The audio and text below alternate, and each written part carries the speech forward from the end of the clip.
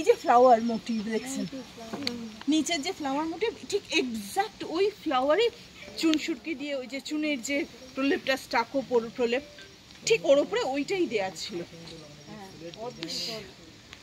কিন্তু আমরা রাখতে পারিনি।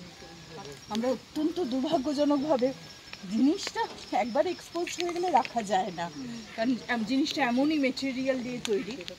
কিন্তু ব্রিকগুলো দেখেছেন, এই প্রত্যেকটাতে অসাধারণ কাজ ছিল।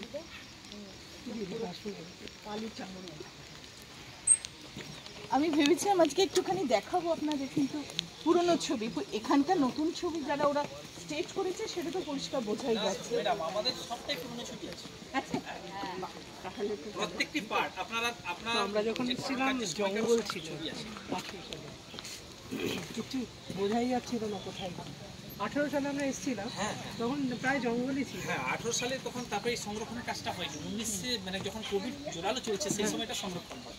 এই যে মূর্তিগুলো এটাকে বের করা হয়েছে, এগুলো সমস্ত লাস্টে বেরিয়েছে। এগুলো বোধহয় আমাদের সময় তখন আমাদের না ম্যাডাম, এটা আপনাদের এখানে এইটুকু বেরিয়েছিল, হ্যাঁ ডিফারেন্স করা ছিল, কিন্তু এটা বেরিয়েছে আপনার ওই যখন তারা সংরক্ষণ করেন সেই সময় এটা মাটির ঢিপি ছিল। হ্যাঁ জানি তখন ওরা কাউ করেছেন, তখন এটাকে বার করেছে।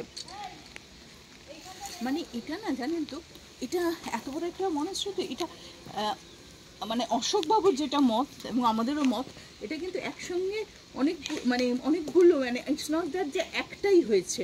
আর এরপরেও মানে কিছু সময় ছিলেন এবং পরবর্তীকালে আবার কিছু সন্ন্যাসী এসে বাস করেছে। অতএব একই সঙ্গে একটা দুটো মনস্ট্রি যোগ আর কি একসঙ্গে একই জায়গায়, এবং পরবর্তী মানে এর একটা অনেকটা লাইফ স্প্যান ছিল। মানে প্রায় ধরুন 5th-6th সেঞ্চুরি থেকে শুরু করে একদম 12th-13th সেঞ্চুরি, মানে এই পুরোটা ধরে কন্টিনিউয়াস এখানে মানে বুদ্ধিস্ট সেটেলমেন্ট ছিল।